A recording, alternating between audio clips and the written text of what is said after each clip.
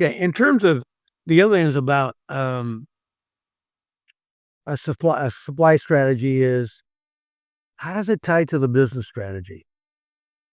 The guys that I talked to, guys and gals that said they got one, I said, great, I love it. Now, how does it tie to the business strategy?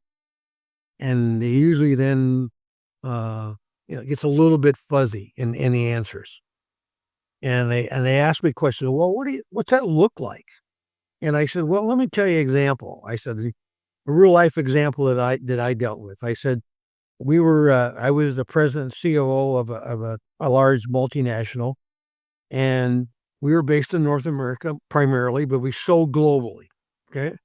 And what was happening is we were starting to see regional players come into the market in those emerging markets. And frankly, we're very difficult to deal with. And so we looked at it, from a long-term strategy and said, hey, we got to do something different. We can't make everything here and ship it there. Takes too long, cost, there's too many issues with currencies, whatever, right? All these things that are headwinds.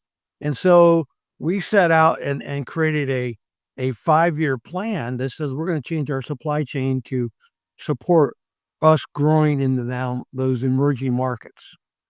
And so what we said was we got to change it dramatically. So what we came up with, what we called at that time, the 80/80 strategy.